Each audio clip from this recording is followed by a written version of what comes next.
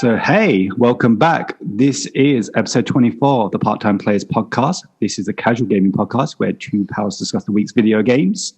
I am joined, as always, by my pal, Brad. How are you doing today, Brad? Hello.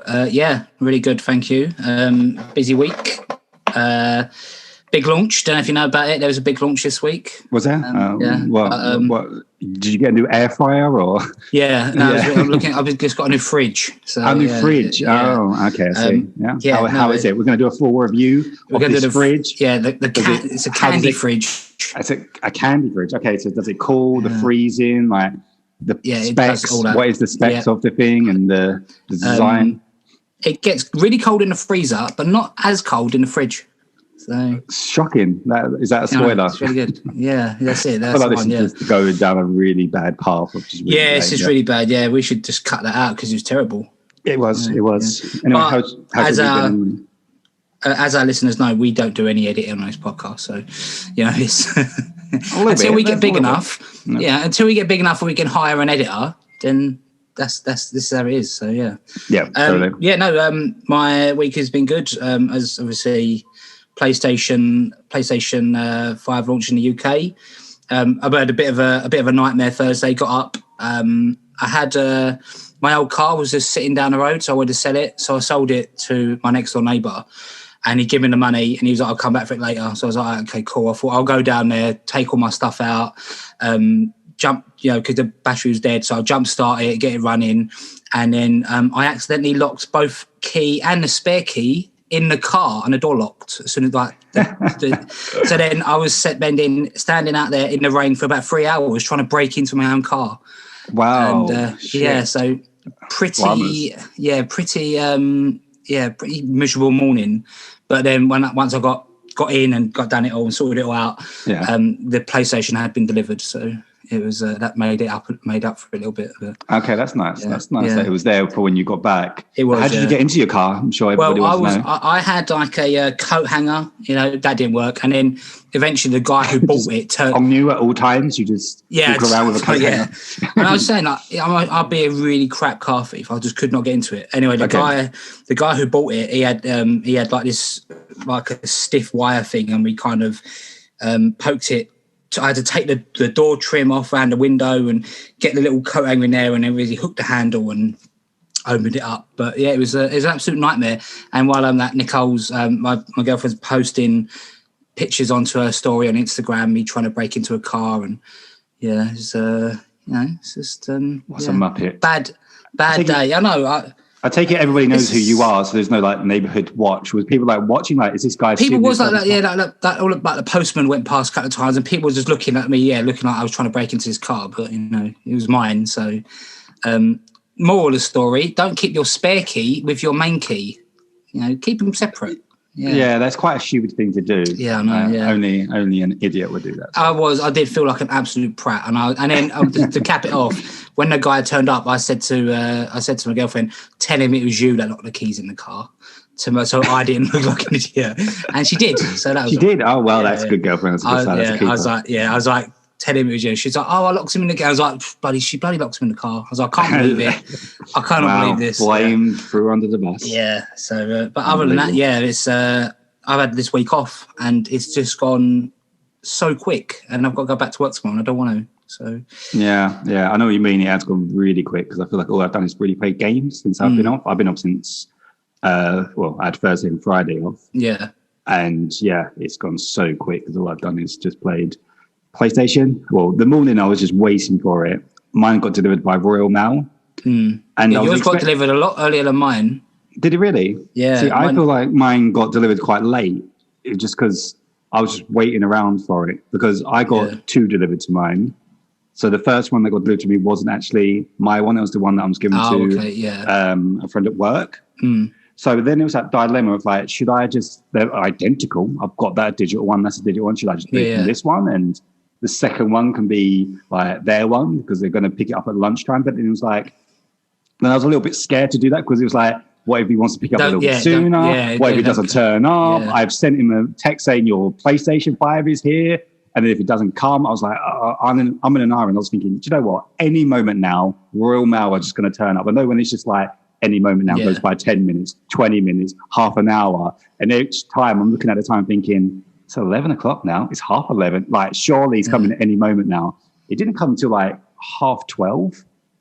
Yeah. And after a while, I was like, kept looking out my window. I was like a dog, just keep like staring out. And I saw the red van of the Royal Mail van, and I had like my nose pressed against the glass. And I looked up and I saw like this couple on like the apartment block, like opposite the road on the other side. They were just looking at me like, what the fuck is this guy doing? Just staring at this red van. Yeah, I was just still. See, what you should have done, you should have got your car and you should have locked your keys in your own car and then had to try and break into it, because that wasted a lot of time for me. So, you know, that's it's some kind of entertainment. So yeah. I got a text that mine was getting delivered between 1 and 2, and I think it come about 1:30. So yeah, sweet. Yeah, I didn't get that portion from Royal Mail, so it was a bit of a pain. And funny enough, the one I got from who Yodel delivered it was from Game, and I got like emails from Game saying, due to high demand, you're not going to get it. Blah, blah, blah. I think I sent you a screenshot of it. And I got a story about that as well, to the news, And I was like, I just didn't expect it. I did tell him, like the guy that was buying it, he was like, it's probably not coming. So when it did come, I was like, I better just text him straight away. So, it was, I just wasn't expecting it. And I was expecting it to be mine, like all early. I did skipped all the way down the stairs, just completely. And it wasn't yours. I skipped a couple of steps, just jumped a whole flight of stairs, and went running to the front door like a child. So they left the boxes both times. Like they buzzed the intercom saying, "Oh, you got a parcel downstairs." I was like, "Oh, great, blah blah blah." So you got to come down to sign it. I thought, because it says for signature. Both times I went downstairs, just left the box by itself by the front door. Just left it. I was like, "Christ, that's dangerous!" Like. I don't think. I don't know. I didn't bring it in. I don't think I had to sign for it. They just had to take a picture to show that they had delivered it. Yeah, they literally just left it by a front door of mine both times. The guy who delivered it said that's all he'd been delivering all day was just PlayStation 5s.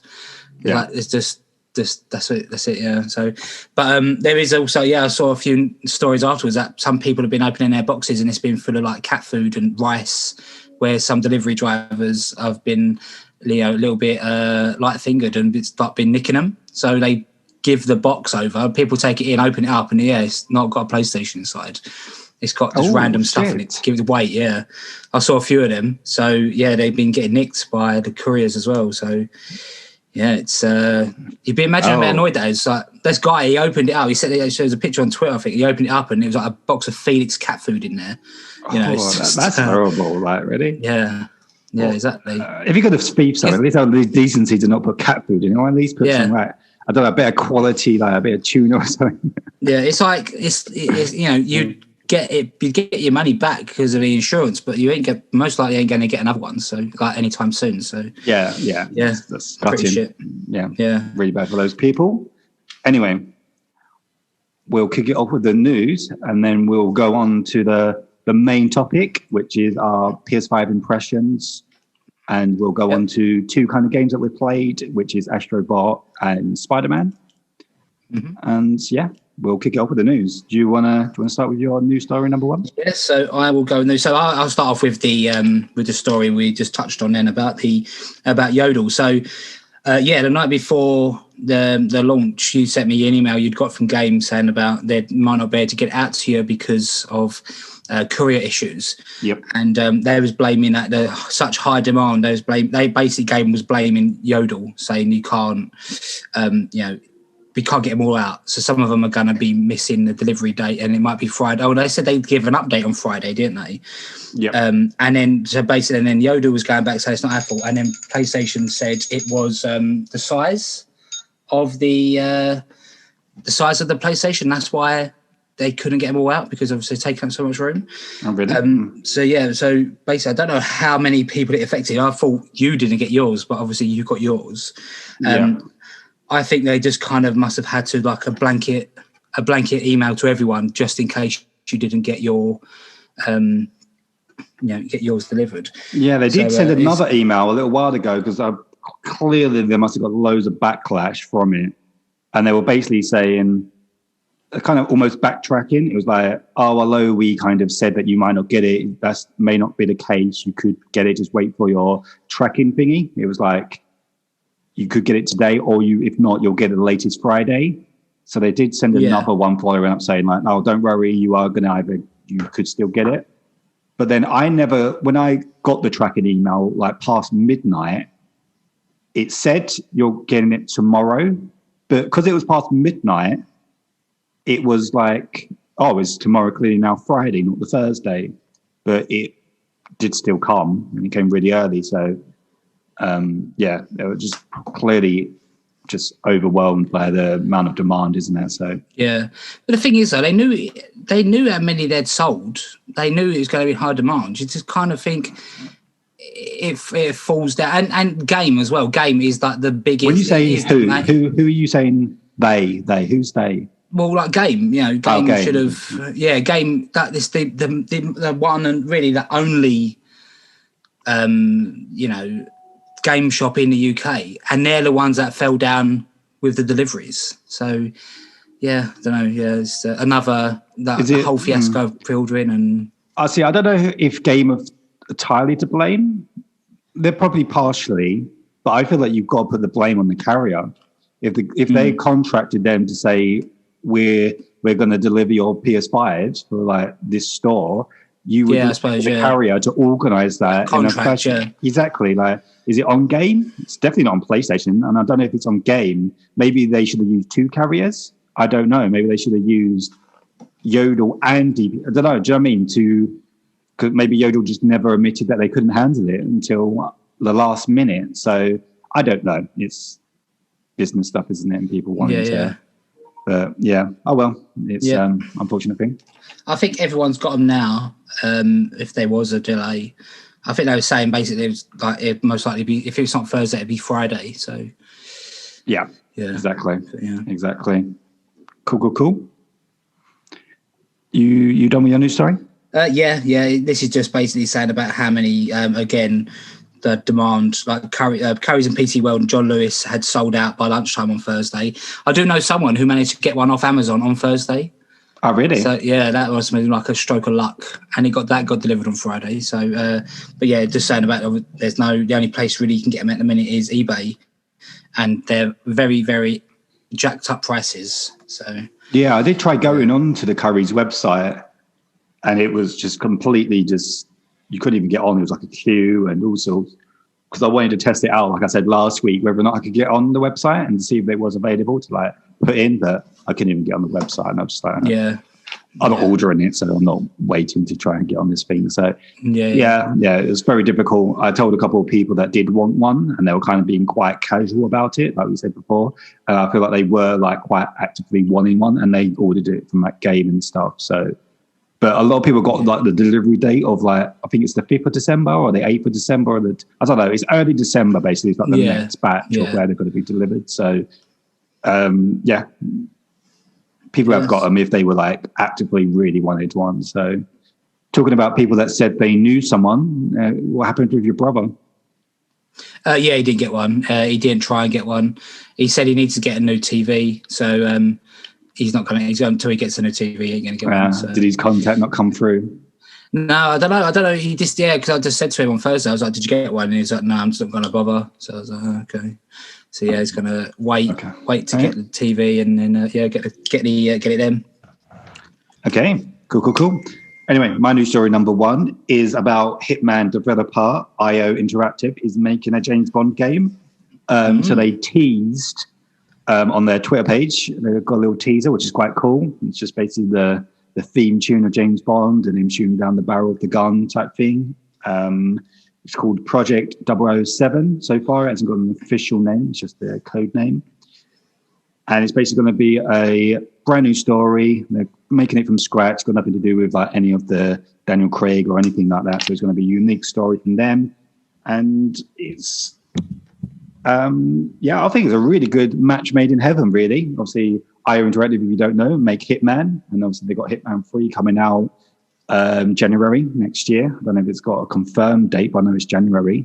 It's... but when you think of, like, you want to put a studio or developer with like a project. And I feel like because they obviously make a spy game, Hitman, then why don't you just give them the license of a James Bond? It's kind of match made in heaven with that. A bit like with Spider-Man and Insomniac, it's just the perfect marry, and that's why it's almost a little bit of a shame, because it then reminded me of like, I really wish Disney would just take Star Wars away from the EA, so then each individual like Star Wars game could be made by developers that can actually make a decent game.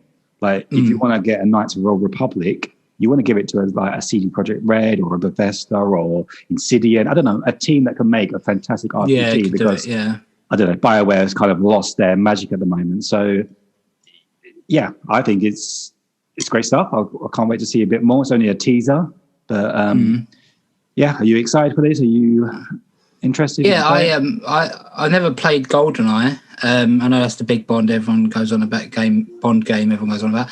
But I did play, I think it was one on a PS, it would have been the PS1, yeah. The World Is Not Enough or something, maybe, one of them. Yeah. That was quite good. So yeah. I'm not a fan of the Hitman games, to be fair. But yeah, sounds good. I'm up for a Bond game. Ain't been one for a long time. So it should be good. Yeah, I'm with you there. I'm not a fan of the Hitman games either. They always look really good, and I kind of appreciate what they do. It's like a bit like the Demon Souls type games. I appreciate it. I can see it's a very good game, but it's just not my type of thing. I just don't like the patience of the stealth. However, you can see they're clearly a very, very good studio, what they do. And obviously James Bond is very different to how a Hitman's going to be, like Agent, is it 13 or was it 35? What? Agent 47. Yes, 47. That's it. It just shows how much we don't know about the game. Yeah, Agent 69. Yeah, Agent 1 to 50 is one of the numbers between 1 and 50. That guy, he's just a completely different character how James Bond would play. So I don't think you're going to get a James Bond Hitman, if you know what I mean. I feel like it's going to be a completely new game. Which would be good, because if it was James Bond Hitman, I wouldn't play it. So no, don't. So it's exciting stuff. It's a bit like us getting Hogwarts Legacy. It's kind of just exciting just seeing these licensed games with actually really good studios. And I'd like to see more like that, really. Yeah, no, definitely, yeah. It's kind of, and then it kind of shows like there's a news story a bit later about Avengers, which obviously I've been quite positive about, but I feel like it's a sign of like giving a looter game like that to a studio that doesn't make looter games. Yeah. The studio that's making it, like Square, is it Montreal or wherever it is that's making it, they made Tomb Raider. They make single player games similar to Uncharted. So it's like Sony now giving Naughty Dog, I'll go make a looter game. It's like, well, no, Naughty Dog don't do looter games. You shouldn't be giving that to that studio. But but it's a perfect match for the type of games they make, and James Bond is, it's perfect. Yeah, no, definitely. My next news article is about supply issues as well, and this is about the Series X. So Microsoft says Xbox Series S might be in short supply until April or beyond. So, they're saying that they're going to experience, I've got a little quote here. So I think we'll continue to see supply shortages as we head into the post-holiday quarter. So Microsoft Q3 calendar Q1, said Xbox Chief Finance Officer Tim Stewart at the Jefferies Interactive Entertainment Virtual Conference. They've also said that they've been building for almost 2 months trying to get as many units in stock. But the demand is so high, they just can't keep up with it. So, the demand is outstripping supply. And if you want a Series X, it may be, next year, spring next year before you get one. They just can't get them out quick enough. People are just snapping them up. So I don't know. It doesn't say anything about the S. This is just the X. The demand for S is pointless. Yeah, the demand is that high. But in this, it's like, are we going to see something like this from Sony as well, saying that there's going to be shortages and supply till next year? It's clearly the case, isn't it? Every one they can make, they're selling. So it's going to be the same for quite a while. They're in such high demand. People want them. It's going to be the same for a while. Also, obviously, all companies love saying that it's obviously, like you said before, it's that kind of desired thing when something is a bit scarce and you can't get it. And then people got it. You kind of want it. It's kind of like a psychological thing with people. Like when it's not available, you kind of just constantly looking for it and you're impulse buy. So companies love this type of thing with things not being available. Nintendo are the kings at it. So, and obviously Microsoft and Sony are doing it as well. But I don't think it's true. I don't think it is just marketing. I think it is. They are literally everyone they can make, they are selling. They're getting them out, Yeah. So. Yeah. Yeah, well, they're going to want to, and them getting them out at the just before. If they get them out just before spring, be a nice little boost to the financial year, end of the financial year. So they might try and rush them out before. Microsoft, Sony, you know what I mean. Yeah, so it's just help them pay off their 7.9 billion or whatever it is they're paying for Bethesda. Yeah, exactly. Just bump up, get those share prices up. Nice. I ain't got shares in it, so it don't affect me. But I was going to say, you seem quite excited about that. You're I know. I'm actually Microsoft CEO, so I'm in line for a big bonus. Okay. Yeah. No, nice. But it's a shame because obviously people want them, but it's going to be a while before you can just go into a shop and pick one off the shelf. You know what I mean? It's going to be before. Yeah, and we're kind of in a lockdown at the moment as well, which doesn't help the situation, to be honest. Yeah. It doesn't help the situation. So no, it doesn't. Especially when you need to go out and buy a fridge and like not a lot of places are open. So, that's not a great thing to go out and buy. No. You need to test it, don't you? You need to do like the weird thing when it's unplugged, but yet you still open and close the door. Like you're in like Currys and see, look, it opens like every other fridge. Yeah, I want to see what oven drawer, liter capacity. I want to see what liter capacity it is. But Jesus Christ. Yeah. Anyway, that's the problems I have in my life at the minute. Fridges. So, All right. Well, Xbox Series X looks like a mini fridge, so it does. Yeah. But then you can't get all one. So I can't get one of them either. So yeah, exactly. It's no good. It's no good to me, Reese. Yeah. All right. Well, cheers, mate. I tried. Anyway, new story number 2. Which obviously Brad's going to be happy about. GT Online gets its biggest update yet.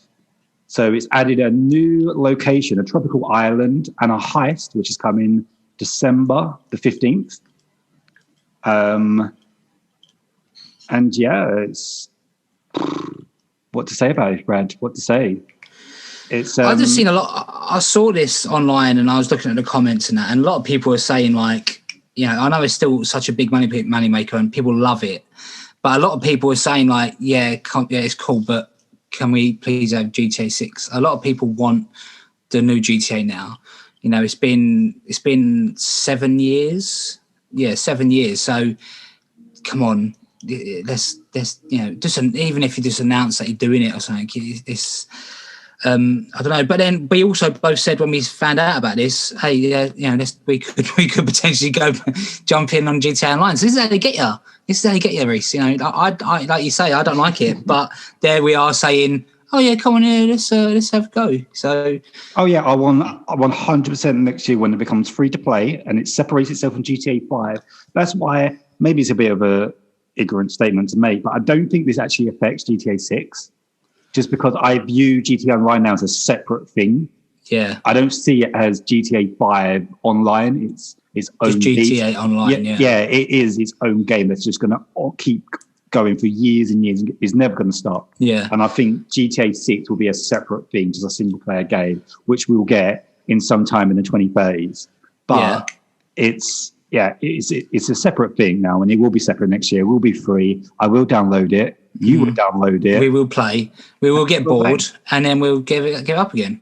Yeah, and I'll delete it. Yeah, because it'll probably be such a big size. Yeah, because the storage size is going to be probably massive. Because obviously you're going to have the full of San Andreas. Then you're going to have this new island, which is supposed to be massive as well. So yeah, they could add loads. And there'd be me and you running around, proper noobs, like nothing, just keep getting killed by everyone driving past us. It's just there's probably like billionaires, millionaires in the game now. I've been playing it for so long.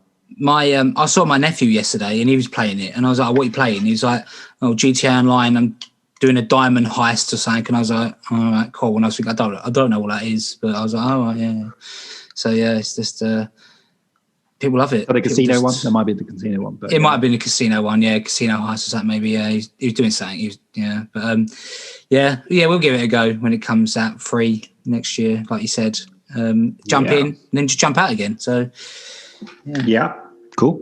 Let's give it a go. Next news story is Google on Thursday announced that iOS support for Stadia cloud gaming service, following in the footsteps of Microsoft turning to mobile web to circumvent Apple's App Store restrictions. So I might as well just merge these two stories in together. We've got the Stadia. He's going to be using a web-based app to get around Apple's restrictions on iOS. And then we also got one of Microsoft and Apple are working together.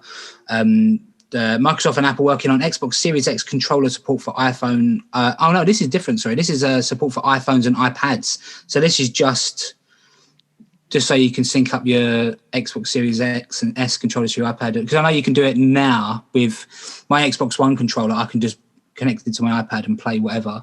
Yeah, that's strange that the Series X controller just wouldn't work. It's the same. Work, yeah. It's just shows as well that I didn't read this news story properly, so I'll go on to this one. It's not clear. It's not clear how long it would take Apple to certify the new Series X controllers, but there are signs that the DualSense support might come soon.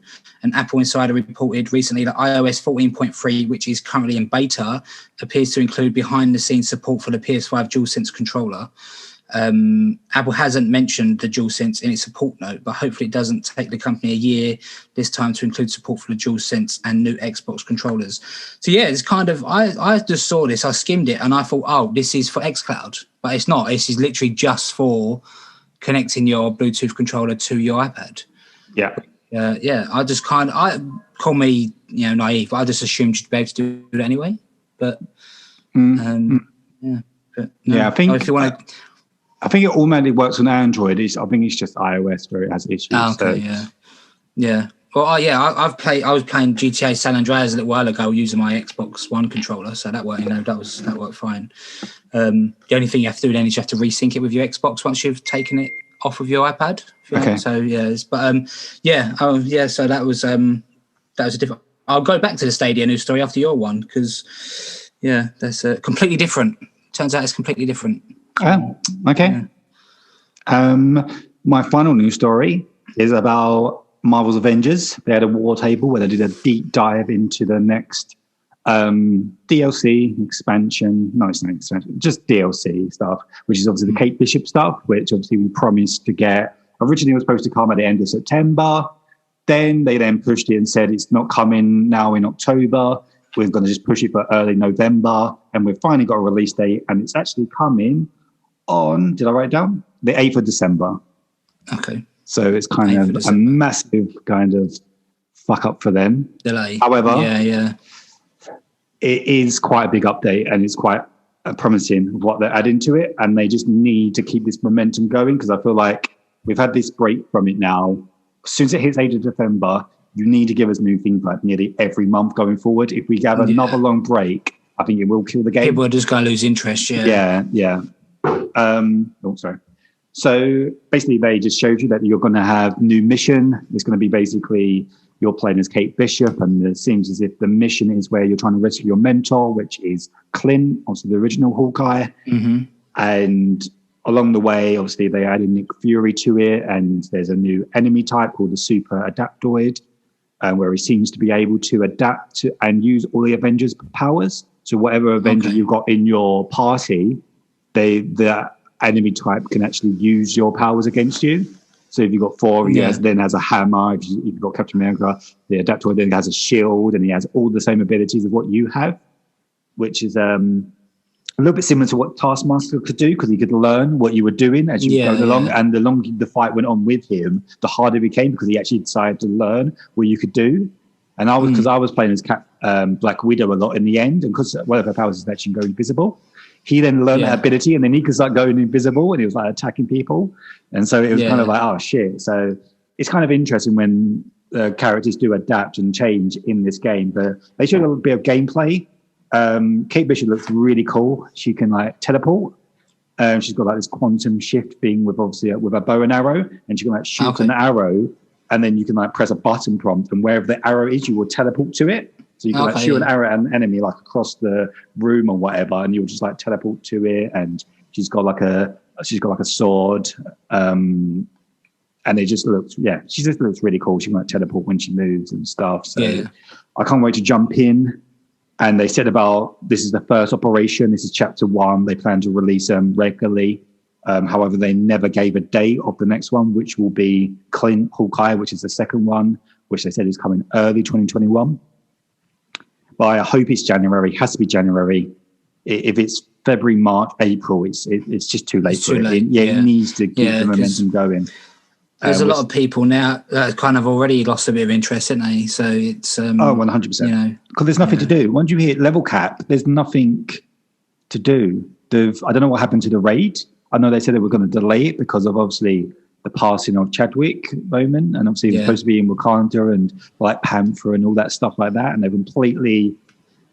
I don't know. I don't think no one would think they're money grabbing if they introduce this now. I don't know, especially with the game in its critical state. Just release the content. If you've got a raid going, release it. I feel like it's a little bit crazy that they're not. So, I just hope they just start adding things to it now because, like I've said so many times, the game has so much potential and it could be great. It just needs content. Loads and loads of content. And one of the issues with the games, though, is like when you add a new character at a time and it looks really cool, obviously I want to play as Kate Bishop when it first comes out. But then I'm going to play with like maybe my friend Christian or someone who I've been playing with. Is he want to play as Kate as well because she's a new character? Oh, wait, only one of us can be her at a time. That's a big problem. So what, he's got to be Captain America still while I play as it, or I've got to stay as Black Widow while he plays and we take turns. Do you know what I mean? It's a bit like, but we both want to play as a new character. I don't know. It's a little bit of an issue when they release a new character, especially like when you're going to release something really popular, like next year at some point we're going to get Spider-Man. Everybody's going to want to be him. Like that's going to be a little bit of an issue, especially when you've invested all like your resources into leveling up this one character. You've got to build. This is your character now because it takes time to build a looter character up. Like in all looter games, it takes grind. And then my one character I've grinded to level up. Oh wait a minute, someone else in the party's grinded up their character. Oh, I haven't got another character now. What I don't know. It's an issue with the game. I don't know how they resolve it though. But. They have to do. Well, maybe like you can both be Kate Bishop and one can be in a red suit and one can be in a blue suit. There you go. You know, the game doesn't allow that. Maybe they'll change it. Maybe they'll put the suit colours in. Maybe like we've been listening. You're getting different colour suits. You know, that's. Oh, there's loads of suits, loads of cosmetic stuff. Yeah, no, I'm kind of as I say, as you know, I don't play Avengers, but it's good. You know, people who are investing like yourself, it's good to get new content. So it's good. Right. So my final news story is, as I touched on earlier, Google Stadia is coming to iOS officially as a web app. The company will be testing a mobile Safari version in the coming weeks. So it's saying Google's web app version of its cloud gaming service will arrive before Microsoft's. So that's what they're saying. Like Microsoft are also doing the same kind of thing for xCloud, but looks like Stadia is going to get there first. Google on Thursday announced that iOS support for a Stadia cloud gaming service following the footsteps of Microsoft in turning to the mobile web to circumvent Apple's App Store restrictions. Google says it has been building a progressive web app version of Stadia that will run in the mobile version of Apple's Safari browser, similar to how Microsoft intends to deliver its competing xCloud service on iOS sometime next year. So Stadia is saying they're going to have it before Christmas, and like they're testing it in the next few weeks, but we don't really know what xCloud. They've said that's what they're doing, but we don't know when it's gonna happen. It's interesting because I kind of just assumed Stadia was dead. Like I just kind of thought, no one really played it or was interested in it anymore. Especially with the Microsoft xCloud coming out, that's going to be a big competitor for it. And you've got Amazon's ones coming as well. What about your thoughts on Stadia? Would you think of it? Same as I feel like I've said it before.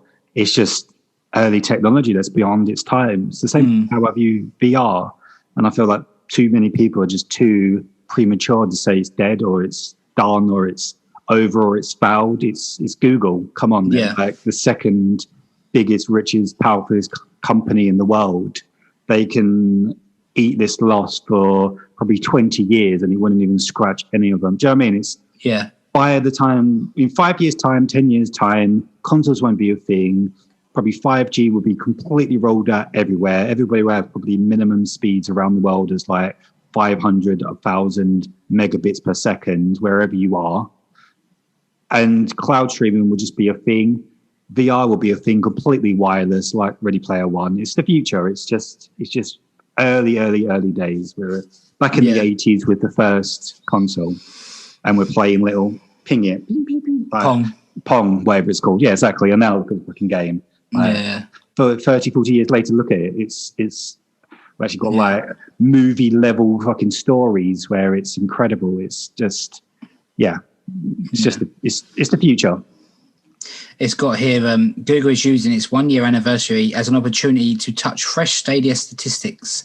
The company won't yet reveal how many people have signed up for Stadia or subscribed to its pro service, but the company says it's introduced more than 80 games in the last 12 months to the platform, with plans to support more than 135 titles by the end of the year. It's also added more than 100 new features to the platform in the last 12 months, including family sharing for the first time earlier this month. They're not shutting it down. It looks like they're just pumping it out, pumping more money into it to try and get it to go. So it's all the big boys are doing it because they say it's the future. Google and Amazon don't do things unless it's the future. Yeah, like they're the big tech companies, and they see what's next, and they all want a piece of the pie. They all wanted little home devices. Yeah.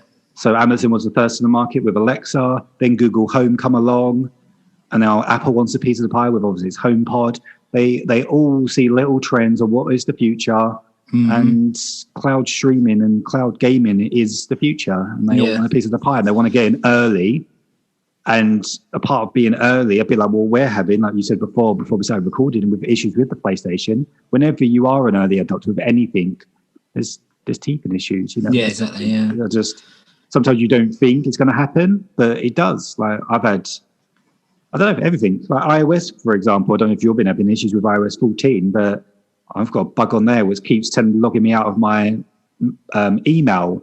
Every 10 minutes, I have to put in my password for my Hotmail account. It's really annoying. I haven't updated to iOS 14, so. That's just really annoying. Do you know what I mean? It's just like, how's that fit? I don't know. I don't know what's going on, but it's just. Yeah, you get problems.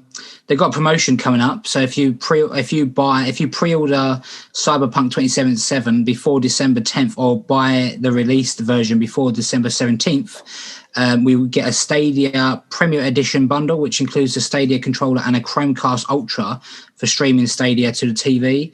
The promotion is just while supplies last, though, and so if you did want to take part of that, maybe get in on it.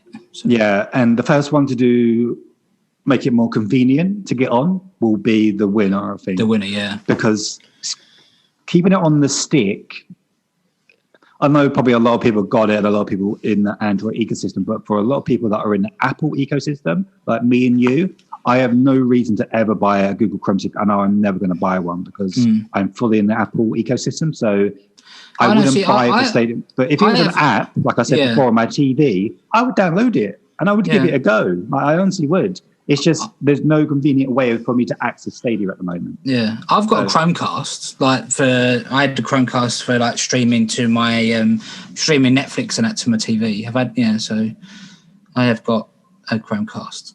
But yeah, well, I got a smart TV and Apple TV, so it's literally 0 point. Well, I didn't have a smart TV in my bedroom, so we had to use a Chromecast. I was kicking it old school. Old school with a Chromecast. Okay, is that old school? Yeah, that's old school. Yeah, you're gas powered. Yeah, yes. I had to put a little bit of petrol in it to let it go going. Yeah, steam powered. Steampunk Chromecast. It was. So yeah, massive thing. Yeah, that's my news stories this week. And now it's on to the big one, literally the big one, because fucking massive. PS5. It is the PS5. So we've both got our impressions. we kind of broke it down into little categories so we can talk about each little topic, like a little mini topic, in a little bit more depth of how we think. So we're not going all over the place, because obviously we're a very professional podcast. Oh yeah, definitely. Yeah. So we'll kick off with the controller. I'll kick it off with you, Brad. Tell me why you hate this controller and why it's the worst controller in history. The worst one, yeah. I want the DualShock 1 to come back. No, I think it's really good. I've been playing mostly Astrobot, and obviously that is the game that's designed to show off all the new tricks of 100%. the DualSense. So yeah, at one point you get a bow and you do feel the triggers. That's the main thing I've picked up about it is the triggers. Like the adaptive triggers, they kind of get more tense, and apparently on Call of Duty, I haven't played Call of Duty, but it's a different feel with every gun. So every gun shooting, and yeah, it's crazy. It's it can be a little bit noisy at some points, like if that with the vibration but the mic on it seems really good as well. You know, you get all the sound effects coming out the mic. The quality is quite impressive. Yeah, it's brilliant. And then I don't know if you've noticed, if you turn it over and look at the back, the little textured side, it is made up of thousands of squares, triangles, X's, and circles. Yeah, the sacred symbols. I had that down. Yeah, no, it's fantastic. Yeah, it's. I like it. I really do like it. Yeah, I really do like the new controller. I think it's it's brilliant, and it feels a bit beefy. You know, it feels like it fits my big hands, which is good. So I would like. I do want to play a shooter on it to see how the triggers react. So yeah, no, big fan of the controller. Yeah, 100%. Yeah, no, the adaptive triggers, like you said, and the haptic feedback is so good.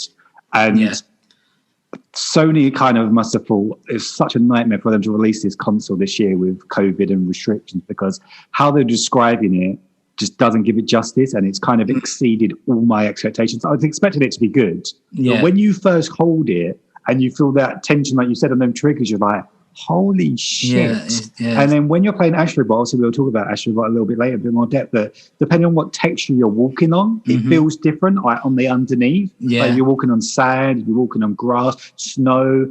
Ice. It feels, that when you're skiing on the ice, like skating, it's incredible. Yeah. It is absolutely mind-blowing of how good this is. And I don't know if this is too soon to say, but I'm going to say it. I feel like this is the best controller ever. Like any console controller, I don't think there's a better controller than this controller. Well, there wasn't that much really. I know it's a different shape, but there wasn't that much difference between like the PS3 controller and the PS4 really. Yeah, the touchpad and light bar. The touchpad just kind of didn't really do anything. The touchpad just become a button, didn't it? At the end, it was. But yeah, apart from a different look. It's a brilliant controller. I like the blowing it. Yeah, you have to blow it certain things as well. Blow into it to get the like the fans moving on Astrobot. I thought that was cool. And like you say, if you're playing online, you don't need a headset now. Obviously, still probably will be better with a headset because it's got the built-in mic and that. So which is impressive. My friend was using it in the party, and he started talking. He was like, "Oh, by the way, I'm just using my controller." And I was like, "Really? Wow, that is quite. It's not as clear as when but it's really impressive." I was quite shocked because you just expect it to be like very quiet, not very like clear. But generally, it's you could use it quite easily. If you didn't have a headset or your headset died, it is easily could be used. But it's a fantastic controller. I really like it. Like you said, it's pretty much brought over a lot of the features from the DualShock 4. Obviously, the triggers are in the same place. Obviously, buttons, touchpad. I like that we've got rid of the light bar as well, and that the lights are just around the touchpad. I feel like it's a lot nicer touch. Also, like there's now USB-C, just because I never charged it properly the first day, and the lead is not quite long enough from the PlayStation to where I'm sitting, like on my sofa. But then I realized, I looked to my left and I was like, oh, wait a minute, I've got a USB charger for like my Mac, and the plug is like right next to my sofa. Yeah. So I just plugged in like my long lead. I know. It's fantastic. In the PS4 days though, if you charged up your controller with a wall socket, it did break it. It damaged the battery. So. Oh, really? Sure. Yeah. So if you're going to do that, that's cool. But you need to buy like a low voltage or slow voltage plug. because it can bust it. So just be mindful of that. Okay, I wasn't. That's a good tip. Yeah, cool. I thought I sussed it with my charging it out the So, you know why it's all black now and smoking. That's why that's what happened. Fair enough. Yeah. Fair enough. But no. My first impressions when I first held it, because it was like, unboxing. The first thing you did, because it's in the top little box, was to hold the control. It was like, we were talking about it, like one of the first things. And when I held it, I was like, oh wow, this does feel quite chunky, like an Xbox controller. And I am one of the oddballs that never liked an Xbox controller. I did prefer the DualShock, just because I've always been a PlayStation guy.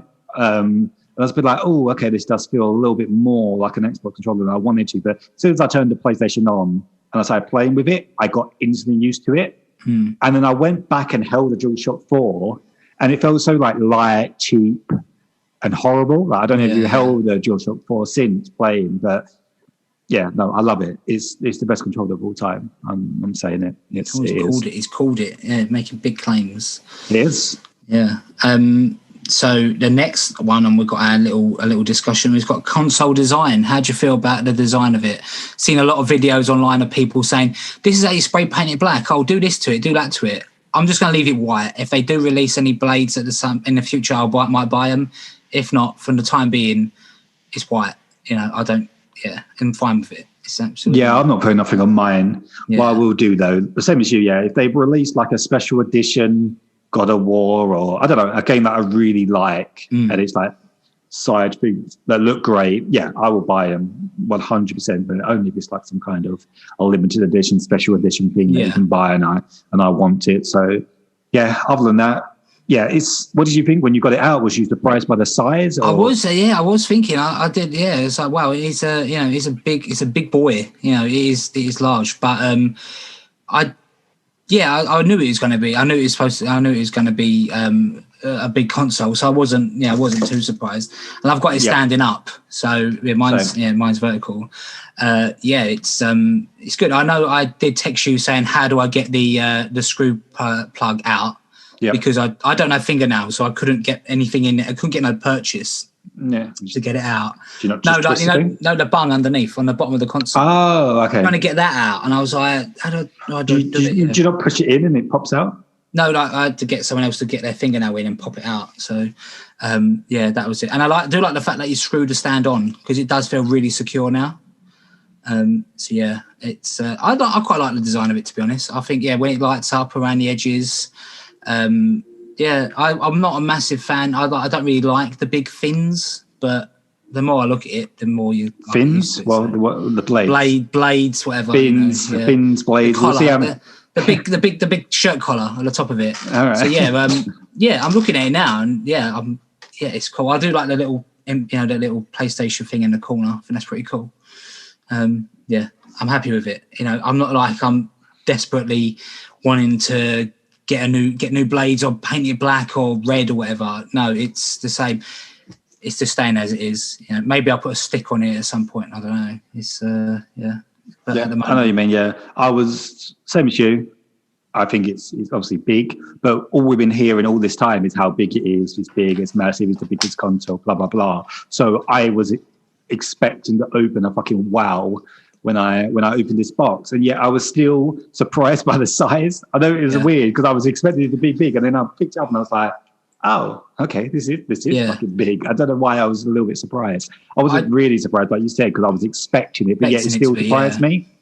I don't know why. I don't know if I thought it was going to be bigger, smaller. I don't know what I was expecting, but I was still slightly surprised when I held it. And I was like, okay, this is quite tall. So, but I've nicely tucked it away into the corner because I thought, well, can I put this behind my TV? But then it's quite tall, and I was like, I don't really want that there. So I've kind of just positioned it out of the way so you can't really see it. So and because it's so silence, which is one of my favorite features. I'm playing games and I don't hear. Woo.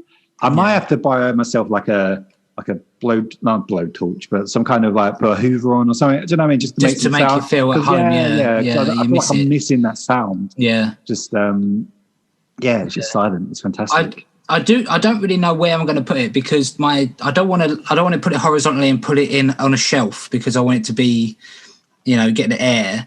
Yeah. And my TV unit isn't big enough for it to sit on the side. So it will either I might have to buy like a little its own little little table, a little table for it next to it, or it would have to with a little cushion on it, like the royal. Yeah.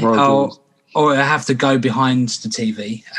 Sure. Yeah. So, and actually, to be fair, if it's horizontal, I don't think it will fit in the in the shelf. So, yeah, it's I feel like it looks better in I'm going to call it tower mode. When it's in tower mode, it's like a tower. So it's like tower. I think it looks so much better standing up than it does. Yeah. On beached whale mode, it's it looks a lot nicer in tower mode. Yeah. What about the setup? Did you find it easy to set up? Was it straightforward? Oh boy. Oh yeah, you've got a story, haven't you? Yeah. Kind of. I just completely fucked it up. So I was thinking about filming it because it was like first time turning on my PlayStation, special moment. Yeah. So I had it all set up, like ready, plugged it all in, obviously as I did, and I had it ready to press the PS button and it all to turn on. I didn't realize I had it on the wrong input. I still had it on my PS4 input. Oh, geez. So then I pressed the button, it never came on. I was thinking, okay, is it because the connection's not supported properly? Have I not put the leads in properly? So I got up, so I playing around with the leads, HDMI cable. And then because I left it on the input from my PS4, my TV turns devices on when it's left on that thing, auto turns on. So then my PS4 then booted up, and I was like, for fuck's sake, well, that's coming on. And then I realized I had it on the wrong input. Then the TV got confused and it named both of the inputs as PS4, and I didn't know which one was which. Yeah. So then I was smashing buttons on my PS5 controller because I didn't know what was going on. So then I eventually worked out that I did have it on the wrong input, and I switched it to the PS5 one. But because I was smashing buttons, it clearly thought I was blind or something, because then it put on the voiceover, and I didn't know how to turn this off. So all the way through this setup of that, I had this robotic woman's voice going, enter your Wi-Fi password, X, Y, zoo. I was like, oh, fuck's sake. I kind of wish you had filmed it, because this sounds hilarious. Yeah, I was all the way through. It's a grown man not knowing how to press the source button and put it on the right channel on the TV. It's just it was. I quickly turned off the recording because I was like, no, this is not making any internet stream. So it was quite an event. And then when I had to do the verification code, it was like, please put in your mobile number. And then because it had my mobile number starred out with it was like Ashley. Oh Jesus, yeah. I see what I did. I plugged into HDMI 3, and then I was like, oh yeah, it says there HDMI 3. So then I put the chat TV onto HDMI 3 and then turned it on. That's what I wanted to do. I messed it up. Although I did it gave you the option to download games while I was setting up. I thought that was really good. And also, I like that you could let you use the app to sign into your PSN, which I did as well. So there's some really good quality of life things I've added into it. One I do have with the setup is that I did do the transfer from my PS4, which then kind of messed me up with my games. So I downloaded Assassin's Creed and Destiny from my PS4, got them transferred. However, it downloaded the PS4 version of Assassin's Creed. Oh, okay. And also the PS4, well, not the PS4 version, but the version I had on of Destiny, I had the disc in it. And obviously I've got an all digital edition of the PS5. So it's telling me to insert my disc. And I was like, I can't. So I had to delete both of them because I had to download the PS5 version of Assassin's Creed, and I had to completely download the digital edition of Destiny. So it was kind of a very unsuccessful transfer because it took ages as well. And I was quite impressed how quick things download when I just downloaded Destiny, and it was done really quick. I was quite impressed. So anybody that hasn't got one, I wouldn't recommend doing the transfer because it will download previous gen. And the only issues I had was I didn't know my password for PSN, so I had to change that and put that in. And and when on my one, it did say as well, if you've got a game disc, put it in now and we'll do it in the background while you're setting up. So that was pretty cool. Yeah. I did start the transfer. I was only going to bring a couple of games over from the PS4. But then I went to download Spider-Man and it was in a queue and it was taking ages to transfer the game, so I just cancelled it. I was like, if I want to play them, I'll just stick the disc in. It's no big deal. So I've got my save data on there now. But the only games I've got installed on my PS5 are PS5 games. Sure. So the Miles Morales, I told you, the Miles Morales Remastered Edition comes the disc. That is just Miles Morales. The Remastered Spider-Man is a download. You get a code in the box, so I had to download that. Which I've had a couple of issues with. But the setup other than that, easy. Like you say, really easy. Just do two-step verification. And I was in. And the first thing I done was... Yeah, did you not use the app? You said you had to put in your password. I never did it. Yeah, no, I just put I put my email and password in because I didn't have the latest version of the app. I've got it now, downloaded it yesterday. But I just put my email in, password, and then I was in. But I'd changed my password before any of this happened because I knew I didn't know it. So I was ready. As soon as I started to set up, I was ready to rock and roll. So cool. The app version is it's really cool. Just it was like a QR code. You just had to press the thing and the QR code, and then just came up with my name. I was like, oh, cool, straight away. So no issues there.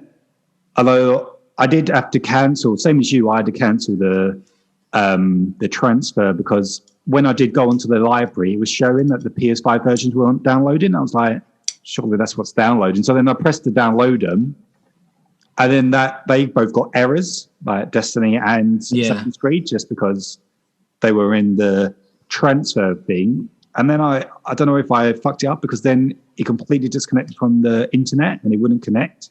So then I had to delete my Wi-Fi, like forget it, and then I had to re-enter all that back in and had to redo it. So it was a little bit of a nightmare to set up. So I kind of think like you don't really need to do the transfer really unless you've got games like you yourself had them on there.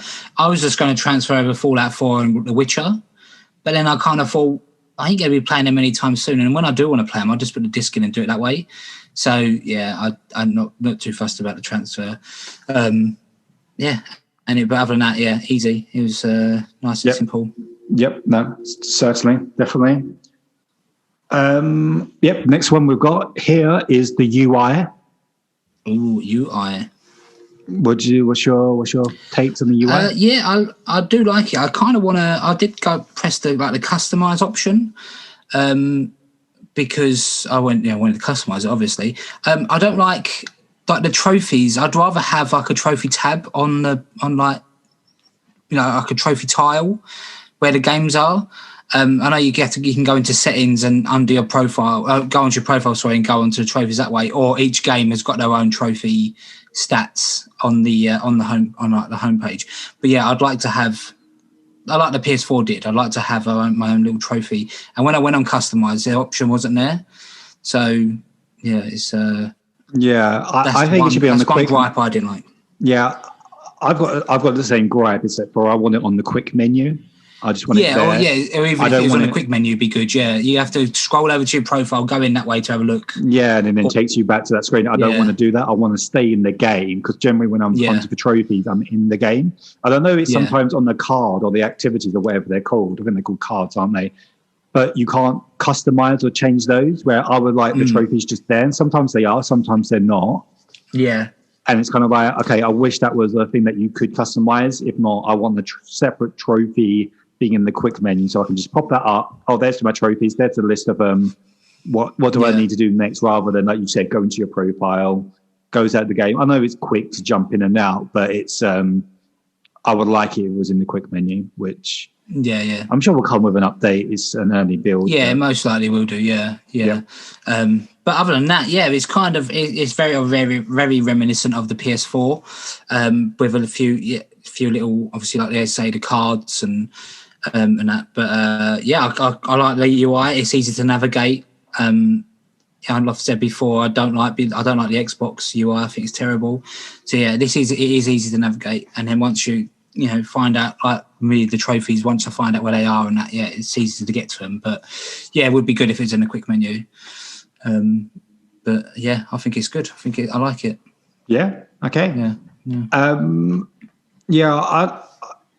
I'm struggling with a little bit of like muscle memory where things are, just because with like parties, and I don't really like the game-based thing of how your regular parties are at the top and then your people that are online are at the bottom.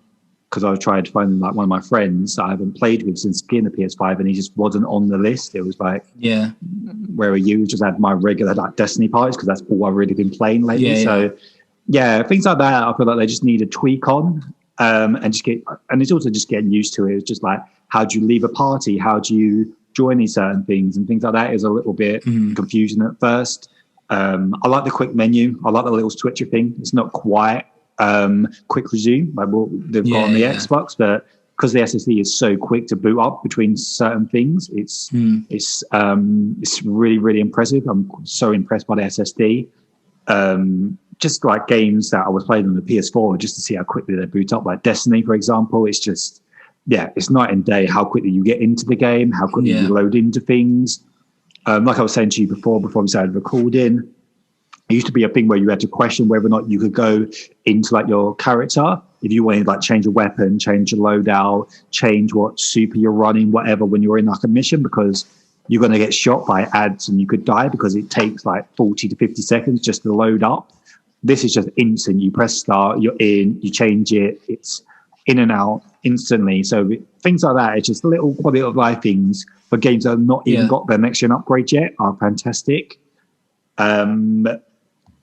I hope they do add, like I said before, I hope they do add customizations on the cars, just because I don't really use them. I haven't really hardly used them at all. I think they're quite cool. Like when I was in like another game and I can see that a couple of people like playing Destiny, like I could go on it now because I know some of my friends are playing Destiny, and if I get up the quick menu now, it'd be like the first thing there, like people are playing Destiny, do you want to join? And I can just press a button, it'll take me straight into the game, straight into their fire team, and I'm playing with them instantly. That's kind of thing is fantastic. But yeah, no, I really like it. I think it's really clean. I like how the little icons are clean, and also you get all the display underneath. I think that's really cool. I like to see how the feature is going to come with the follow. I don't know if you know, but it says that you're following the game, which I feel like will come in once we get that news thing. I can't remember what it's called now. It's not called. No, like it was called What's New on PS4. It's called something different on here, isn't it? It's only in the US at the moment, but I feel like that's what that is. You're like following the game, so all the game news is there. The PS Store is really good. I don't understand why it hasn't got the Black Friday stuff on the front of the screen, because my friend wanted to buy Last of Us Part 2, and I said to him, it's in the Black Friday deal. And he went onto the store, he was like, where's the Black Friday deals? He had to obviously search Last of Us to get it. That should be like slam right, like we've got a sale going Big on. Banner, I don't know why that's not there. That's a little bit strange, but it's early days. I really like the Just Announce. Have you seen like the Just Announce where it's got Horizon, Ratchet and stuff like that, and you can click on it and it shows all the trailers that have been in the state of plays and things like that. I haven't seen that. I mean, it's got all like upcoming games that haven't even got like release dates in the store, and you can see, and it gives you all the trailers that have been shown so far. And I don't know, it's really good. It's really cool. For the first day I was on it, like I said to you earlier, I couldn't get on the store. I was connected to the internet. It said I was online, but every time I went on like the store, it just kind of said something went wrong, try again later. And I tried the next day I was on.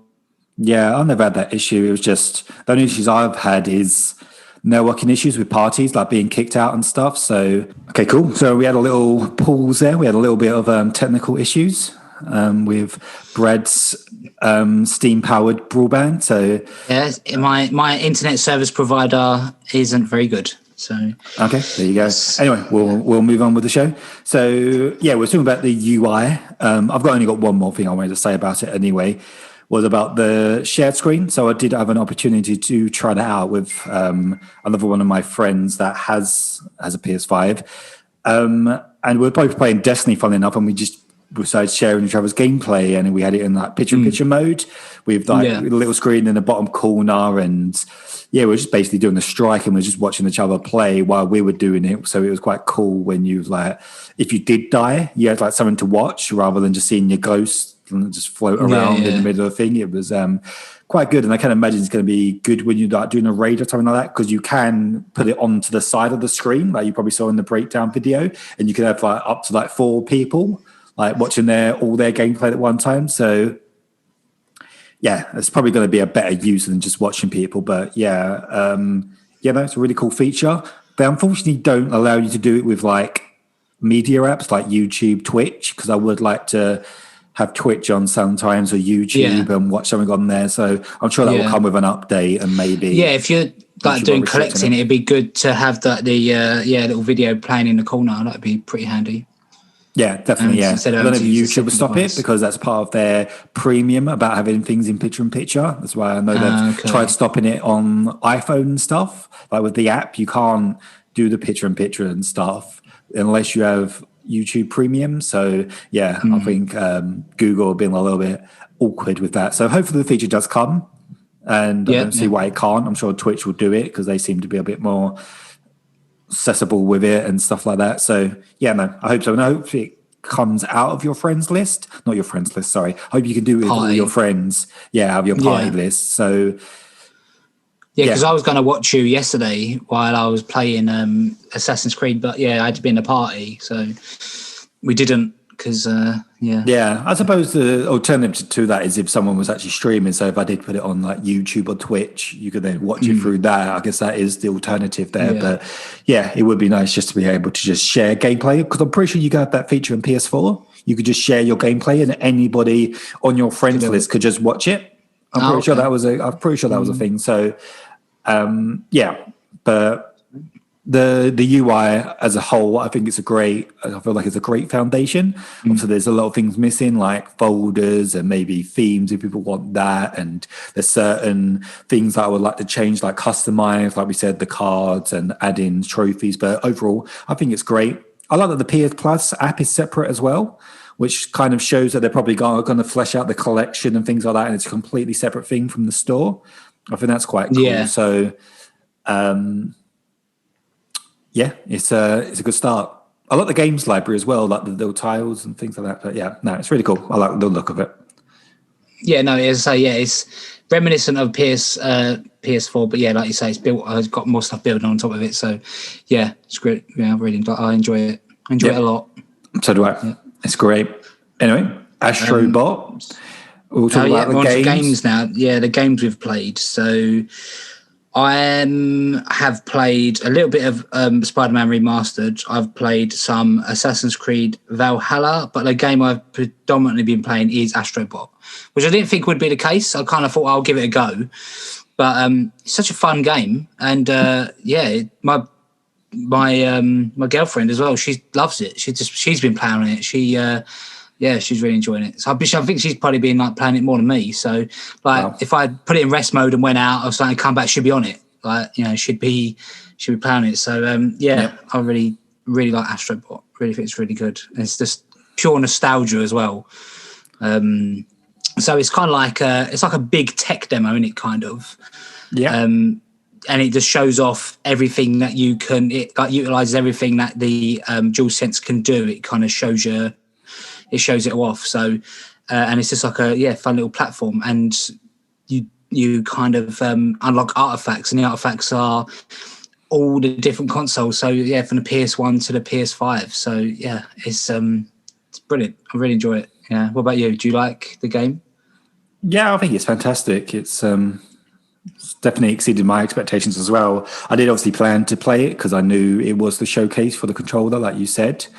And it was just, I just wanted to give it a go. And obviously it's pre-downloaded. So I thought while I'm waiting for all this stuff to transfer over and wait for Miles to download, there was not much else to do with it. So it was obviously you're going to play that first of all. Yeah. And I would 100% recommend everybody do not skip this game. You have to play it. First thing you do on your PS5, you have to play it, and you need to try the controller of what happens, because you will, it will blow your mind. And I really hope AAA games actually use the controller to the potential that this does. It's fantastic. It's I don't know what you mean about the nostalgia. Obviously, you called me a Sony pony. Obviously, I like PlayStation stuff, and it's so great to see the legacy of PlayStation. And obviously, because there's been so many consoles and getting the different little parts and seeing like a PSP Go and seeing the display for the PS1, like the little LCD screen. Yeah, that like come with LCD it. screen, yeah, and the multi-tap and the PS1 mouse, and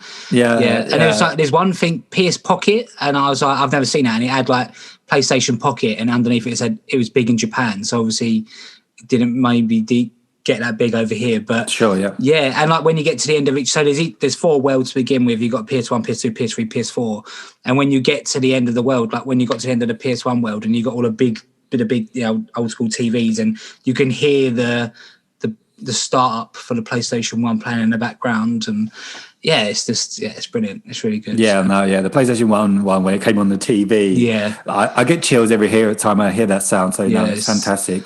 I like each stage is really fun, like the platforming, like you said, it's generally fun to play. It reminds me of like a Nintendo game. It's got that magic of like a 3D Mario or something like that. I quite like the level. When you were playing as like the monkey and you're climbing. Yeah, the monkey. Yeah. I like that so one. Good. I didn't like the. I didn't like the frog one. The frog one, like the hopping one. I thought that was. That was difficult. Yeah. I like the. I like the rocket. You're in like a rocket ship at one point. You're in like a ball, so you're just rolling around and. Yeah, the ball. And just trying to like. I was just going around in like the PlayStation Labo bit where all the artifacts get on.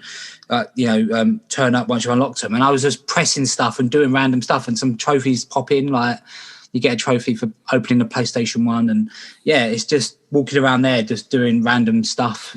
Was it was really good. So brilliant game. As I say, it shows off. Like it shows you like the monkey climbing level. You have to press the triggering very lightly for him to grab one, because it's going to break, and then like you got the things where that you have to blow into it to open like doorways, and it's just such a good game. I won't lie to you, I'm chasing a platinum on it, so and 3 trophies. I'm 3 trophies away from getting it. Well, you've been playing it a lot. I'm a little way away from getting the plat on that, but I will do it because it's not a long game, so I'll get the platinum and then I'll delete it. But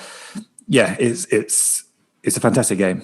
Everybody should give it a go once they get their PS5, because it's already downloaded on it, which is great. Ready to go, exactly, It's Perfect. A great addition, like you say, like when you're installing games or downloading games, it's brilliant to just let that do that in the background and have this to play, because it's fun. It shows off everything it can do, and you're something to do while you're waiting for stuff to install and download. So, it's brilliant.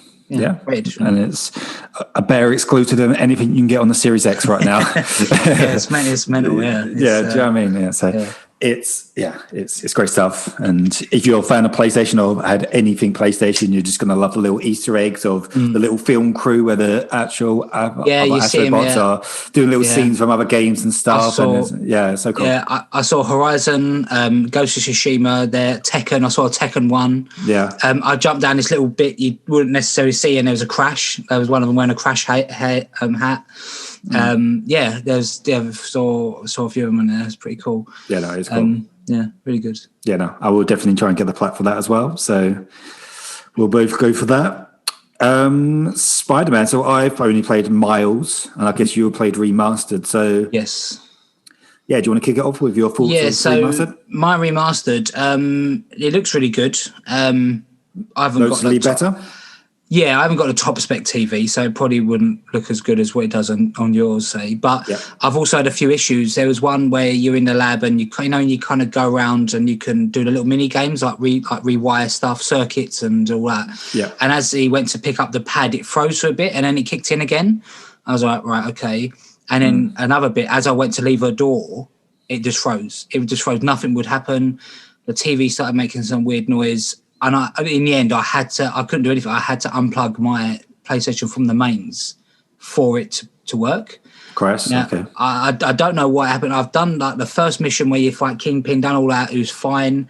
Yeah. It was just yesterday while Assassin's Creed was installing. I thought I'll play on that, and it just froze on me, which I don't know why. I don't know what caused it. Yeah. I know if there's an issue, there is some issue. If you put it in rest mode, it can crash your PS5. Yeah.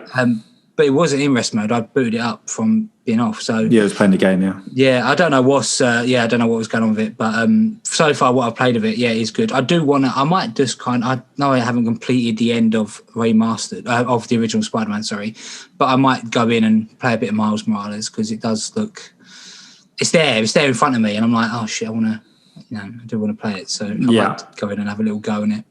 Yeah, no, it's great. How quickly it boots up is actually mind blowing. I don't know if they've enhanced it, the 2018, there's the original Spider-Man version, but you literally press the start button, you get the Spider-Man Miles logo, Somniac logo, then it's just Miles on the tube just holding the thing, and you press X, start, and he just walks out, and you're playing. It's like, wow, it's just like that. It's a fantastic game. It kind of kicks off where 2018 left off, so if you haven't finished it, you can do a recap at the beginning, so you can get the story if you wanted to. If you just didn't want to finish it and you just wanted to know what happens, you can do that. I have been playing it on performance mode with the 60 frames rather than the fidelity mode with ray tracing, just because I just wanted to play it in 60 frames, just because it's once you go to 60 frames and then you go back to 30, it is a little bit noticeable for me on my TV. So yeah, I've just been playing it on performance mode all the way through, and it's obviously I love 2018. I've platinumed it, so I always knew I was going to like this, and it's just refined version of 2018. They've just kind of cut out all the bits I didn't like about 2018. So like the thing that you said with the lab, the Mary Jane stuff, and even the Miles ones of the stealth missions are all gone. It's just you playing as Miles going around Manhattan and being Spider-Man. There's no other missions outside that, so it's great. The story's been good so far. It's a little bit more of a lower key Miles story. The characters that are going to be villains and how it develops, I'm not going to spoil it, but I found it quite obvious what they were going to be and who was what. They tried to make it out like it was like a surprise who the Tinkerer was and who this person was. It was like, as soon as you see a character, you're like, oh, that's clearly going to be a bad guy. And behold, it's a bad guy. Do you know what I mean? Maybe it's because I know a little bit about Spider-Man characters and stuff, but yeah, I'm enjoying it so far. I haven't obviously finished it. I've been doing a little bit what I should have done, what I did with the 2018 one, and what I should have done with Ghost is I'm started collecting everything. Stuff, So I haven't got that far in the story. I've just been ticking off every single thing just so I haven't got that long thing at the end of having to do all that again, because I know I got to replay again on New Game Plus. And when I do it on New Game Plus, I just want to just smash through the story, do nothing else, no side missions, none of that. I want all that ticked. Then do New Game Plus and just go through the story, just like, and then I get the plat. So yeah, the Venom powers are really cool. He's got obviously like electro kind of powers, and it's really fast. I feel like it's faster than 2018. Like the way he moves, it's really quick, and he can also go invisible and stuff. So with these extra powers, he's added like a new layer to the game of terms of like fight and combat. You've got all the things that Peter can do, plus he's got these abilities. So it'll be interesting of how they manage Spider-Man 2 for you to go back and not have all those abilities. I'm sure Miles will be in Spider-Man 2, but it will be interesting, and I'm kind of hoping they're going to go for the symbiote story, because that is by far my favorite story of Spider-Man. So, and that will add a new power to Peter as well. So yeah, it's cool. Can't wait. Brilliant. And we've both been playing. Well, that was it really. Yeah, we haven't really played enough of Assassin's Creed to give our impressions yet, have we? I think we've only both kind of done a beginning. Yeah, I don't know how far you are. I did the one where he's like, I don't want to spoil it, but when he's a kid, then he's grown up, and I did like the first mission when you get back an axe. Yeah, and then you go back to your settlement. Yeah, that's where I am. I've just we're at the same point. Yeah. So I'm not even in England yet, so I feel like we can't even really judge it. It looks great. Unfortunately, when I first booted it up, I had the PS4 version, like I said. And I feel like that's another thing I could say about the UI. I don't know if you know, and the only reason why I knew this is because I heard it on the podcast, and that's a little bit of a poor thing, is the three little dots next to the game. If you get a little drop down, and it tells you different versions. That version says PS5. If it says PS5 there, that means you've got the PS4 version downloaded. Oh, really? You've got to then press PS5 for then to swap. Oh, okay. So I pressed that thing first of all, and I saw PS5. Then I thought, okay, I've got PS5 version. It wasn't. I actually had the PS4. You had to get the PS5. Yeah, so I had to re-download it. So, and I don't like switching between games. I don't know about you. I wanted to jump in for the podcast to have a little bit to say about it. But then it was like, I'm playing Astro Bot. I was playing Spider-Man. My life has been dominated by Destiny because we had an expansion and season started this week. Raid started yesterday. it was like, wow, this is just too much. I'm jumping between like 4 or 5 different games here. This is mental. But I did try to do a little bit of everything similarly because of this podcast. But yeah, there was, although I had days off, I still didn't have enough time to play everything. Exactly, yeah. It's just too much. So, yeah, we'll do a little bit more of a deeper dive next week with Assassin's Creed, just because it's we haven't got far enough, I feel like, to give it judge it. Yeah. Cool. Yeah. Sweet. The last part is, well, we've got 2 parts: backwards capability, and then we'll just go into our final thoughts. Backwards capability, I think it's fantastic. I feel like it's far better than what Sony kind of sold it as. The fact that you just bring over your library, a bit like what I said last week when people were moaning that guy that gave back his Xbox. It was kind of like, this is so much better having backwards capability, having PS4 games. Just because I remember last time when I got my PS4, I got it in February. Like, I've told the story a few times. I don't need to say it again, but I only had FIFA and Warframe, and I feel like I had this like, is it War Thunder, like this aeroplane? Like, I just had a few free games, and you still had to use your PS3 to play all the others. Exactly, yeah. It was just like, this is so good that they've all come over and they look fantastic. They load better. Some of them are going to get patches. While you wait for the new games, I feel like this is the best thing ever, and it's almost made the PS5 the best console ever, just because you've got that library that's come over. Do you know what I mean? It's like you've not lost that library. Ain't like, is Demon Souls and Godfall just the PS5 library, or all these games included? Because I technically haven't played a PS5 game then, or nor have you, because we played games. Okay, so Astro Bot is exclusive, but it's, we've just been playing like both games on both consoles. So it's such a good thing. And I think it's brilliant. I like I said, I downloaded games on the PS4 to my library, and I haven't played them yet. So to be able to just download them on the PS5 and play them, it makes sense. I like it. I'm a big fan. Yeah, and the worst case scenario is it looks exactly the same as the PS4 version. PS4, exactly, yeah. You know it's going to load quicker. Yeah. It may look better. It's a win-win. Like, I re-downloaded Horizon because I just wanted to see if it looked better, because apparently they obviously upgraded to 60 frames. Yeah. And I put it on, and they've actually added things for the adaptive triggers for the bow.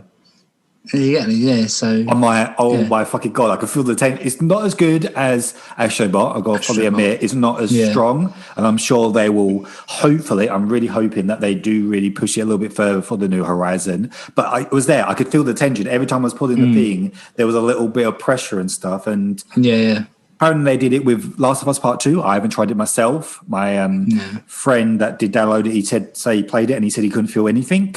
But apparently they did put it in, so I don't know the case there. But it's really cool that it's been added. And I wasn't even thinking about downloading God of War, because I think God of War's had it with that axe, and that axe already, the axe would be good. Like, it was already the best fitting weapon I've ever played in a game. Like, that, throwing it and probably hearing it in the controller and feeling the adaptive triggers. I think as well, like the PlayStation Collection, like I was looking at that, and most of the games I've got on there played, and I've got, but some of them on there I haven't, and for that to be there bang as well, ready at launch, if you've got a PlayStation Plus subscription, it makes sense. And I think there was a sale on as well. There was a sale on PlayStation Plus at the minute. Black Friday, so brilliant. It's good. It's great. It's a big game for long God games. of War, God of War to be in there. Like Persona 5, you got Resident Evil, and Fallout. Fallout. You got some good games on there. So hours and hours of games, like the really long games, like Persona. I really want to play Persona because it's obviously supposed to be one of the best games. Do you know what I mean? But I'm like, I haven't got time for that. Although we're talking about hundreds of hours, I love that you can check how many hours you put into games. Like when you go into like your list. And I feel like, when I talked about last week, I wonder how much I put into Destiny. Maybe it's 3, maybe it's 400.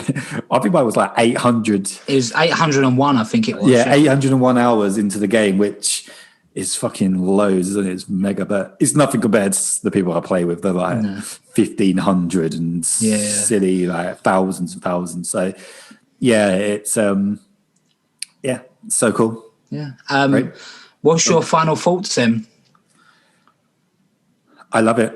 You love it. Yeah. What can you say? The controller is the best controller of all time. That UI, like you said, is just built on the PS4, and it's just improved in certain ways, and I feel like it's only going to get better. I love that it's silent. I love the backwards capability that you got all your PS4 games and they already run better. And we've not even pushed the console yet. It's not even got, like, I haven't played Demon's Souls or any games that are exclusively on this. Like, I can't wait to play Ratchet. People like Ratchet and Clank's going to be the first game that actually uses the SSD with the dimensions and going through the portals. Yeah. I know obviously you're not a big fan, as big as me, but are you interested in Ratchet just because it's going to have the triggers with all the guns? I might play the re-release Ratchet, just to get a taste of it. I know it'd be different. Yeah, it'd be different. And I've got it on I think it was free as well. I think I got it in my library already. Or the collection, doesn't matter. But yeah, I think I might go in that because I like play. And I think Nicole, like my girlfriend Nicole, I think she'd like it because she likes platformers. So she'd enjoy playing that. Because she was quite upset when get to the end of Astro Bot. She was like, well, I'm going to play now. It's like, well, one, it's not yours, so you don't play now anyway. And two, don't worry about it. All right. But for me, the couple of bugs I've had, there was one, like I said to you earlier, it was in rest mode, booted it up, didn't come on. Went over to have a look at it, it turned itself off, so I had to turn it on manually, and then it started giving me shit saying I didn't turn it off properly last time. It's like, well, no, I put it out of rest mode.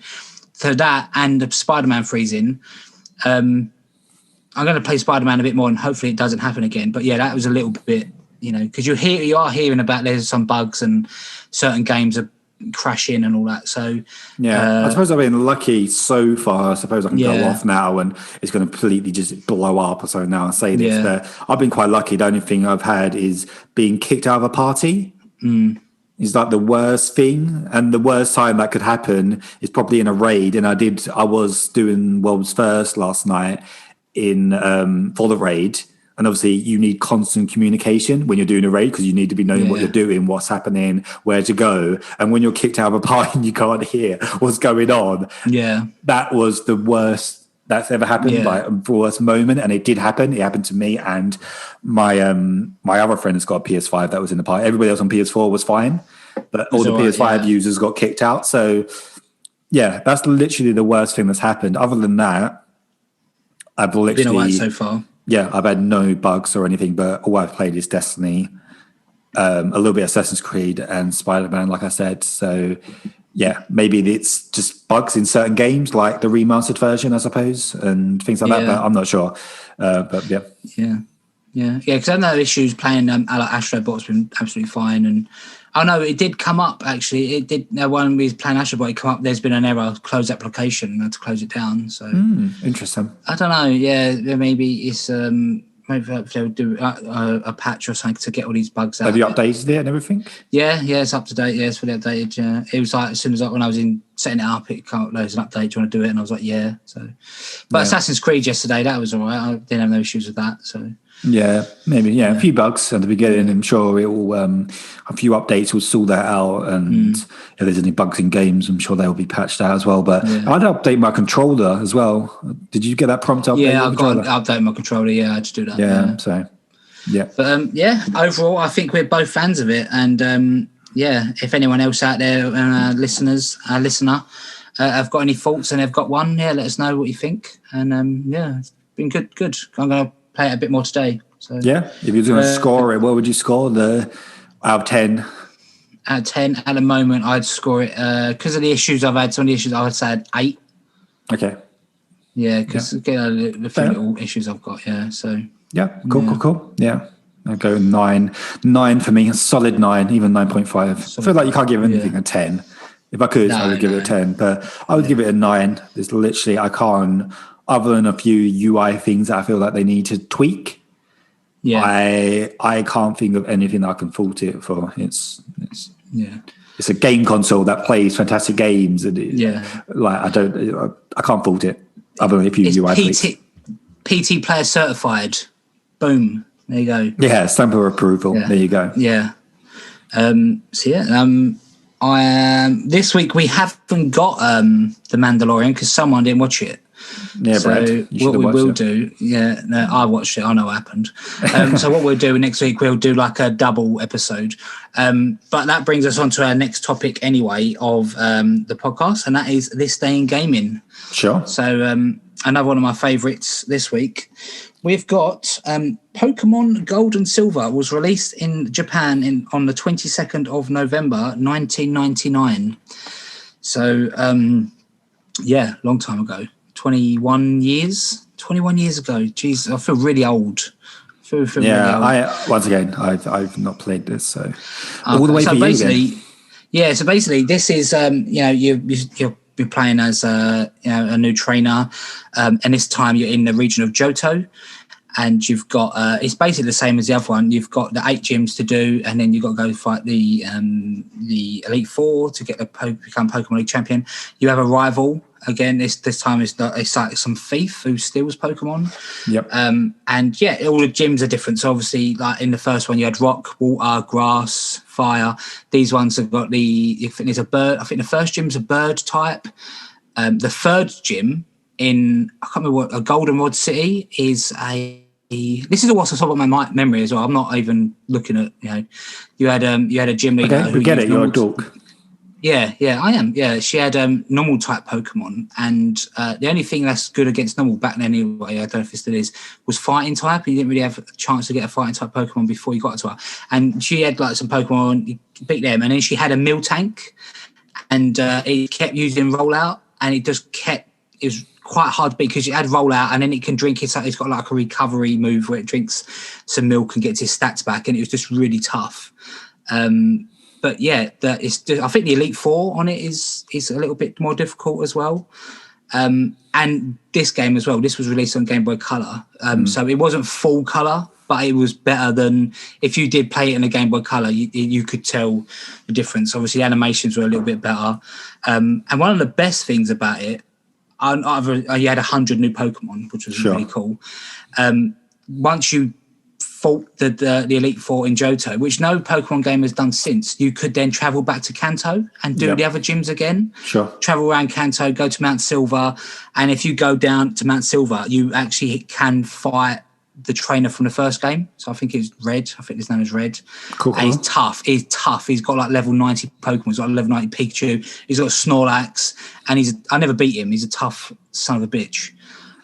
But yeah, brilliant game. I remember it was like where I used to live, there was like a little game shop, an independent game shop down this shopping arcade, and they had it before it got general release.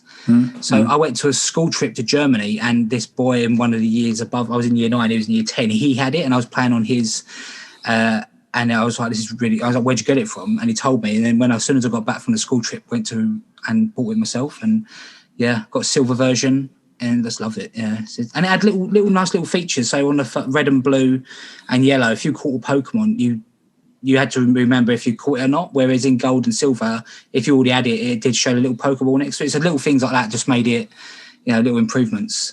Sure. I do think as well, Silver and Gold are the best Pokemon games you can get. I bought them again when they re-released them as Soul Silver and Heart Gold. Sure. Just brilliant game. I absolutely love it. And if I did hear a rumor that I was going to bring it out on the Switch, so like re-release them again. And obviously, I am quite a bit of a sucker, so I probably would buy them again. If you've not played them, I'd say that is one of the games. I'd play Soul Silver, 100%. No. Why? I just ain't got time for. I'd rather play Persona. If I was going to play any RPG, I don't think I would pick Pokemon. Unless it was some new, innovated RPG, my open world Pokemon, I would not go back to the old 90s Pokemon games. They're timeless, though. They're just brilliant. And as always, if you wanted to pick up the Game Boy Color version on Game Boy, back from 2001, the original box, it's £19 on eBay. There you go. Christ. £19, yeah.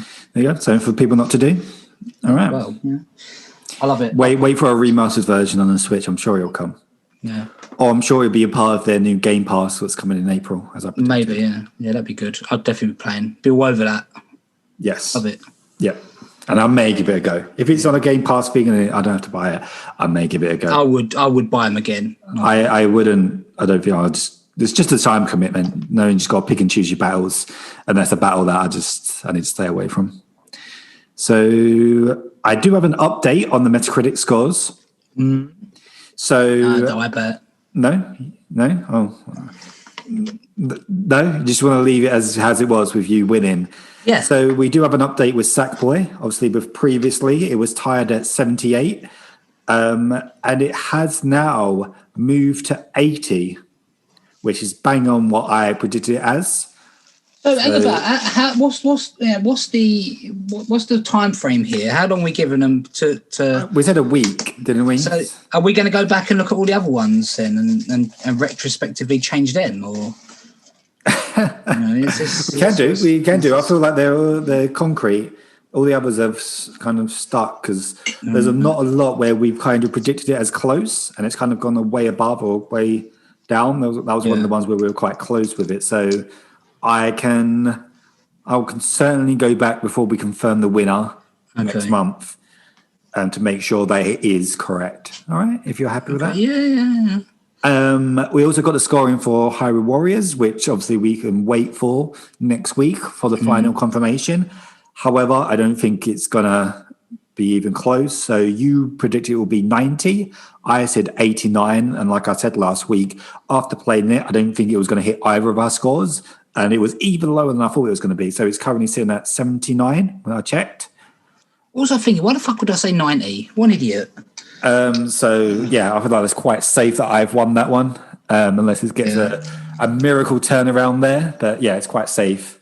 So you were winning by 1 point. So with me getting those 2 victories, I am now winning by 1 point. And we go into December. Well, we've got two more games which are in December, which is Cyberpunk and Phoenix Rising. And yeah, it's all to play for. Like I said last week, I do feel like you are going to get Cyberpunk. So it will leave Phoenix Rising to decide it, which is, stay tuned to find out what's going to happen.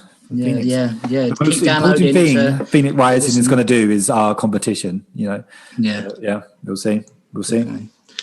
But cool. Listen to that. Keep listening to hear that and see if I have to shell out and, shell out to on a pizza, I think, or something. We agreed on. I don't know if you want to decide afterwards, depending on who wins. We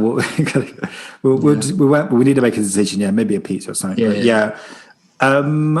Normally we'll go into what we've been playing and stuff, but I suppose you've done all yours. The only thing I haven't spoke about, which I have been playing, which I've probably been playing the most because it's kind of completely consumed my life, is Destiny. I did do obviously a dive into my review of Beyond Light.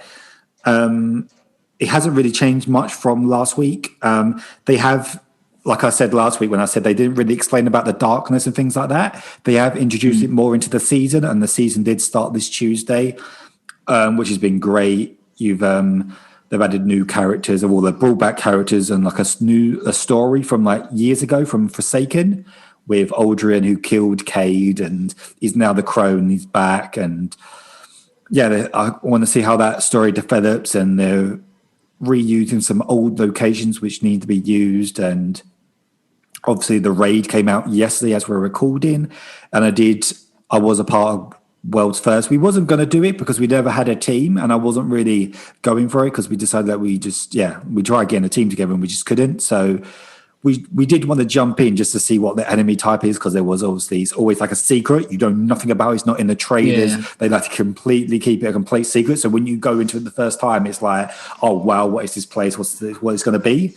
So we jumped in just to see what it is as a 3-man team.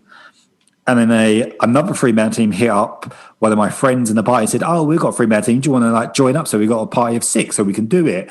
Yeah. But we were like a bit like, we haven't really like planned for this. But we thought we'll go into it thinking we're just going to have a look around. There's no way we're going to do this. We actually did the first encounter, which was for a lot of people that have like never been able to achieve the first. Well, it was the first time I've ever done a first encounter on the first day. So yeah, we did have it on like Twitch, like watching like some of the best players, how they were doing it and stuff like that.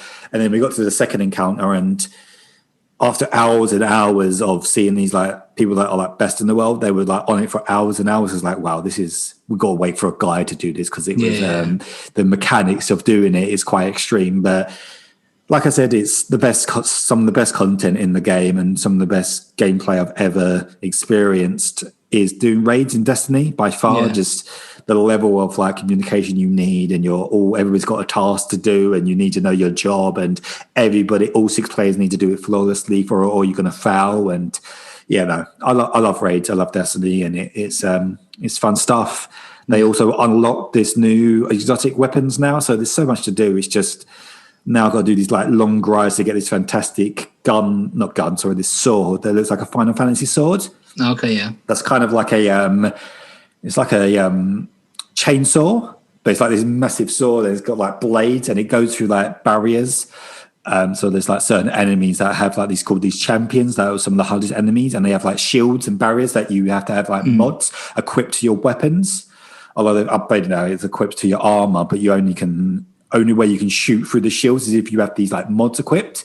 But this actual weapon can actually just smash through it. Yeah, so it's a real good, and it looks fantastic. If anybody's interested in Destiny, look up the images of this weapon, because it looks great, and it looks really cool. So sweet, a lot of Destiny. You're going to be playing more Destiny, and obviously, I suppose some Miles Morales. For the next week, I'm going to be... it's really difficult to play anything else other than that, just because it's so much to do. Yeah. Because you want to keep up with the pack of like being competitive and playing in raids and things. You need to be playing a lot, because everybody else that's all they play. Yeah. So it is difficult to take time out and play other things. But I will struggle to keep up next week, because the people that I do play with, they're all got a week off of work. Oh, okay. And that's all they're doing. They've been playing this since this morning already. Like, we was playing it like till 2 last night, and they're already on in the morning. So it's like, I'm going to get further and further behind, because I'm already behind them. But it is what it is. Try and keep as much as I can. Yeah, definitely. I'm going to be playing a bit more Assassin's Creed and maybe a bit more Spider-Man. Try and get that platinum on Astro bot, so then I'll probably just uninstall it as well. But that's my week. Yeah, I'll probably be playing the same games until Cyberpunk. So, yeah. But cool. I think that's a wrap, guys. Thanks for listening. If you stuck through to the end, we really appreciate you listening and downloading each week. Like we say every week, the best way to support us is to like and subscribe and comment. So you can do it in the app. For majority of our downloads, it looks like they come from Apple Podcasts. So you can do it in app. Just give us a nice review and a little 5-star rating, and that really helps us get more exposure and build up the ranks. And then the more popular we get, the bigger more stuff we can do. So that'd be great. But like and subscribe wherever you get your podcasts. And if you've got any, want to get in touch with us, we've got various social media. So we've got Twitter's at PTPlayerspod, Instagram's at PTPlayerspod, Facebook is the Part-Time Players Podcast, and Gmail is ptplayerspod@gmail.com. If you want to get in touch with any of those, would be great. And send us through questions. If you've got a PS5 or an Xbox Series X, we'd like to hear, what your thoughts on it, and especially an Xbox Series X, because obviously neither of us have got one, so it'd be good, or an S either. It'd be good to hear that. Any suggestions of future topics or anything? Just get in touch. We'd mightily appreciate it. So we certainly do. So thanks guys. Thanks for your support. Thanks for listening. Until next week. Thank you. See you next week. Bye-bye.